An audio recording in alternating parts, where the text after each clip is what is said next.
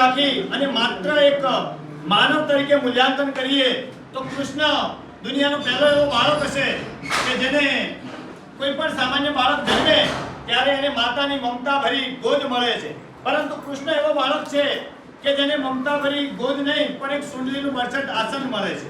અને કોઈ પણ બાળકને માતાનો પ્રેમ મળે છે. જ્યારે કૃષ્ણને માતાથી વિયોગ થાય છે, એ નાના બાળકને જન્મતા વેત વિયોગની કેવી વેદના થઈ હશે. એના પછી જ્યારે નાનપણ હોય ત્યારે કોઈ પણ બાળકને એના પરિવારવાળા સમાજવાળા તરફથી રક્ષણ મળે છે, પરંતુ કૃષ્ણ પોતાના નાનપણની અંદર જ સામે પૂતના, અઘાસુર, બકાસુર, ધેનુકાસુર અને સાક્ષાત કાળિયા નાગને મારી અને પોતે સમાજનું અને માતા પિતાનું રક્ષણ કરે છે. પોતે જ્યારે નાનો બાળક હોય અને એનાથી આગળ યુવાની તરુણાવસ્થા આવે ત્યારે પોતાની પ્રિયતમા રાધાને છોડી અને પોતે પોતાનું માતૃભૂમિ પણ છોડી દે છે. એવી જ રીતે જ્યારે પોતે ભણવા જાય છે ત્યારે પોતે સાચી રીતે સુદામાની મિત્રતા નિભાવે છે, પરંતુ સુદામા ચોરી છુપીથી પોતાના ચણા પણ ખાઈ જતા હતા. એ આપણે સૌ કોઈ જાણીએ છીએ. કૃષ્ણની આપણે કોઈ સામાન્ય કુટુંબનો દીકરો હોય અને પરણવા જાય ત્યારે આપણે એને વરરાજા કહીએ છીએ, પરંતુ કૃષ્ણ એવો વ્યક્તિ છે કે જેને પરણવાનું સૌભાગ્ય પણ મળ્યું નથી. એમને રૂક્ષ્મણી સાથે ભાગીને લગ્ન કરવા પડ્યા અને સસરા સામે તરત જ જરાસંઘ સામે યુદ્ધ કરવું પડ્યું. તો કૃષ્ણ પોતે તો પોતાના લગ્નનું સૌભાગ્ય પ્રાપ્ત ન કરી શક્યા, પરંતુ પોતાની બહેન સુભદ્રાના પણ ભગાડી અને લગ્ન કરાવવા પડ્યા. તો એમને કેટલી વેદના થતી હશે, એમણે દુનિયા સામે ક્યારેય બયાન કર્યું નથી. કૃષ્ણએ અત્યંત નિષ્પક્ષ રહી અને કૌરવ અને પાંડવોના યુદ્ધ ન થયા માટે પ્રયત્નો કર્યા, છતાં પણ કૃષ્ણને કપટીનું બિરુદ મળ્યું અને ગાંધારીનો શ્રાપ પણ મળ્યો. તો આ છેવટે પોતે પોતાની માતૃભૂમિ છોડી અને દ્વારિકા નગરી વસાવી, અહીંયા ગુજરાતમાં સમૃદ્ધિથી છલોછલ નગરી વસાવી, છતાં પોતાના પુત્રો અને પ્રપુત્રો પણ અંદરો અંદરની લડાઈમાં મૃત્યુ પામ્યા. તો આ મહામાનવે પોતાના દુઃખથી, પોતાના જન્મથી લઈ અને પોતાના પ્રપુત્રોના મોત સુધી, છેલ્લે એમને મોત પણ કેવું એક પારગીના બાણથી મળે છે. તો આ મહામાનવે ક્યારે પોતાનું દુઃખ દુનિયા સામે બયાન કર્યું નથી.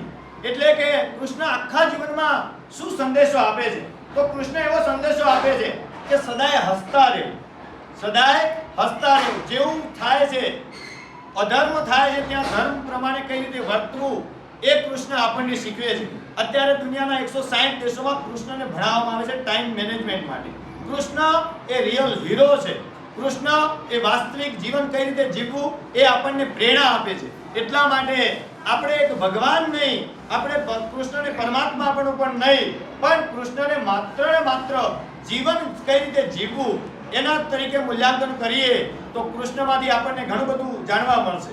એટલે તો આપણે કહીએ છીએ બધાએ કે કૃષ્ણએ જે અર્જુનને સંદેશો આપ્યો છે એ આપણે ગીતા વાંચીએ, પરંતુ આપણે ગીતાના અધ્યાયના શ્લોકો ખાલી બોલીએ છીએ, એનું પાલન કરતા નથી. બાકી ગીતા પણ એક સાર છે, આઈએમપી છે જીવન જીવવા માટે.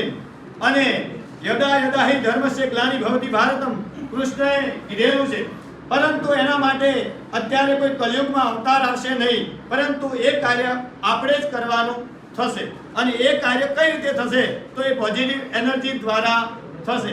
એટલે કૃષ્ણને આપણે ટાઈમ મેનેજમેન્ટ રિયલ હીરો તરીકે લઈએ, આપણા બાળકોને શીખવીએ કે હંમેશા હકારાત્મક થાઓ. સમાધિ દ્વારા જ્ઞાનાત્મક અને ક્રિયાત્મક, મનોવિજ્ઞાન એવું કહે છે કે ક્રિયાત્મક દ્વારા તમારી યોગિક શક્તિઓ દ્વારા જ્ઞાનનું સર્જન થતું હોય છે.